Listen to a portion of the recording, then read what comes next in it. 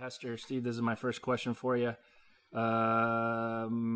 Let's go with this one since it's kind of been popular in the media, at least. Does the Bible say anything about immigration laws or what God allows for in the case of a sovereign country? And if so, how does that work with loving people and providing for the poor and all the other hospitality verses? Oh my goodness. You know what? I can't go through and pop up with a bunch of verses for you right off the bat. The Bible talks about the fact that we need to be taking care of strangers, and specifically the Bible talks about that fact because Israel was strangers. You know, they were a group of strangers in a strange land when they were slaves down in Egypt, and so we're not to enslave people. Is the point that the Bible's making in that whole passage, and it talks about taking care of widows and orphans and that kind of thing. But at the very same time, Israel had boundaries. They were a country. There were people who invaded them. They resisted invasion. All the stuff that a country does are things that you see in the Old Testament with the nation of Israel, and so they protected their borders, and so there's nothing wrong with a nation protecting their borders,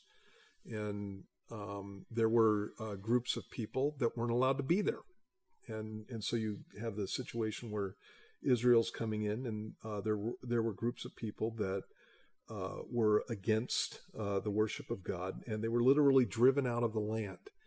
And so going to the Bible to try to make an immigration policy that allows anyone to be in your country is not something that's going to work, because that's not what you had in the Old Testament. And so people who would not follow the Lord, and you're talking about Canaanites, there's a whole group of them: Canaanites, Hittites, Perizzites, Ammonites, or Amorites, Ammonites, Edomites, Moabites. There's all these groups of people that were to be, if they would not follow the Lord, they weren't to be tolerated in the land, and so they didn't allow the land to be corrupted. So, if anybody wanted to join the people of Israel and become a citizen, that was the idea behind that. You became a follower of Jehovah, and you became a citizen, and you became part of the nation of Israel. Literally part of you became Jewish, was the idea behind that. And so they had policies for receiving people in, and they had policies for keeping people out. And so, that's something that's been common to every country down through the ages. So the main thing right now in the news is the separating the children from the parents. Uh-huh. And a lot of people, and I see Christians too, they're upset about the Republicans' policy. And then a lot of it, I think, is just bipartisan politics, where they jump up on an issue and then attack the other party. But when I look at, immigration, I kind of look at my home in the sense of, my house has a door and not anybody can just come over, even though I'm a Christian and I'm supposed to take care of people and I love people. If you come in the middle of the night, you're probably going to get a flashlight in your face that's attached to a gun, because I don't know who you are, and that's my zone. There's rules there. Mm-hmm. Well, for a country that is family of sovereign citizens, that's kind of the same thing, is that you don't just get to show up and come in and take over the area and then have everyone else provide for you and stuff like that, and all that stuff that immigration brings up. But how do you manage the laws of a nation with, America obviously takes care of a lot of people and just being giving to people. And then what I think of too is that if I was one of these families over in Mexico, living in the drug wars or wherever that these people are fleeing from, a lot of them, it's a dangerous place. They don't want to raise their family under that. Mm-hmm. So they come to America trying to have a better place, and I understand that. So how do you manage, like, America, who has to have laws and can't let just anybody in, with the family that maybe wants to have a better life, and then the confusion that gets in there? As a Christian, like, how are you supposed to look at that without all the mess of politics? Yeah. Well, I think first off, you have to pay attention to the laws as they exist. We have immigration laws, and so just do them. And if are you talking about the people, or are you talking about the government? I'm talking about both. Okay. Yeah. And so you just do the immigration laws. We've had immigration laws for a long time, and we've got really lax immigration in comparison with most other countries in the world. And so this has been going on since the 60s. The problem comes in when you just ignore immigration law and do whatever you want. And so I'm in no way a proponent of that kind of stuff. And again, I understand why people come to the United States. Everybody in the world wants to come to the United States. And so, there's a limit on what can be done in a situation like that. I don't know. When I look at some of this stuff, I think that what really needs to happen is people in their own countries need to take care of their countries. It's like if you have a nice revolution in some of the countries where all this ridiculous stuff that's taking place, then you wouldn't have to be leaving. You would take care of the problem in your country. And so I think that's the first issue. The other thing about this is that, you were talking about kids being taken at the border. That happens every day in the United States. And so again, I grew up in rowdy neighborhoods, and when parents disobeyed the law, their children were taken from them. That's what always happens. And so if you have parents that are drug dealers, then they come and take your children, and they go into the foster care system, and that's what happens, because what they've done is they've broken the law. If your parents are abusers, if your parents are abusive to each other, if both parents get into a quarrel, and that's again a situation where they're breaking the law, and they're both arrested, well, guess where the kids go? Mm-hmm. That's the way that stuff goes, and so anybody coming into the United States illegally should understand that what's going to happen is their family is going to be under the legal system, and that's the way that's going to go. It is exactly the same thing if a family grabbed their kids and tried to go down into Mexico.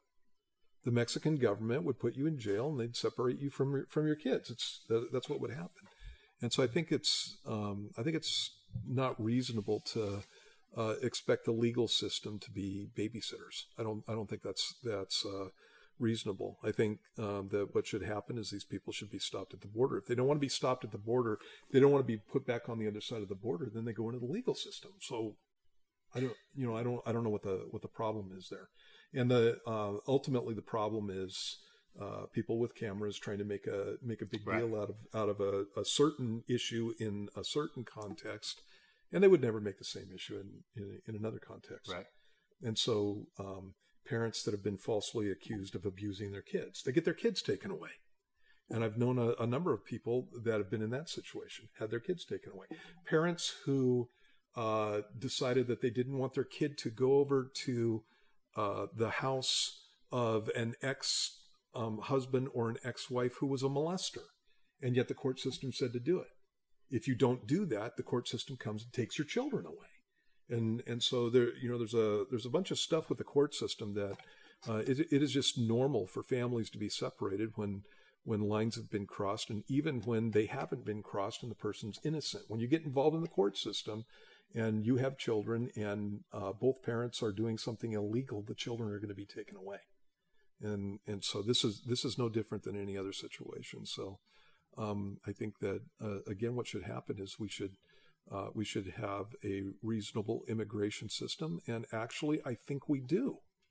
We just need to stick to the rules. I haven't seen any complaints about the immigration system that didn't have to do with people coming over illegally and using and getting jobs illegally and getting welfare illegally and that kind of thing. When you look at the immigration system in the United States, again, we immigrate millions of people, and there's a line. And so I don't think that it's a problem standing in line. I'm first generation immigrant. My family defected from Russia, and what they had to do was they had to apply for passage over to the United States. They had to spend 2 years in China, and then they had to spend 2 years in Japan.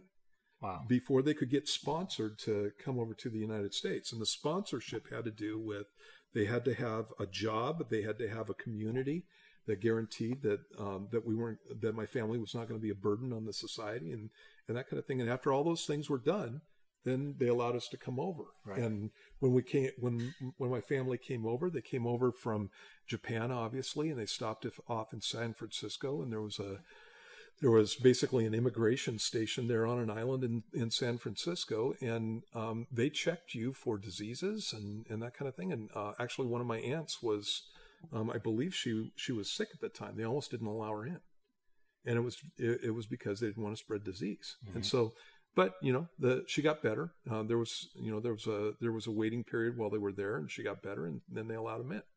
And I don't think that's unreasonable. I think that's completely reasonable. But what needs to happen is, you just need to do it by the laws. If the laws are not good, then change the laws. And if you can't change the laws, the reason you can't change the laws is because you don't have enough backing to change the laws. And at that point, the laws should not be changed by anybody. And that's just how representative government works. And whether I'm a Christian or not a Christian, what I'm supposed to be doing is obeying every ordinance of man for the Lord's sake, is what it says in 1 Peter, and that's in 1 Peter chapter 2. And I am not allowed to break laws just because I don't like them. I need to keep them. So if I'm a believer, then that's what's supposed to be happening, and I'm not to condone the breaking of law. Unless it's something that is completely ungodly. And again, you get yourself in a situation with the legal system. You got to expect that that's what's going to happen. This has been going on ever since there's been illegal immigration. This has always happened, wow. And so it's only now that people are coming up with this. This happened under Obama all the time, and not a word was said. So I think that a lot of this is just fueled by the news media. Right. So.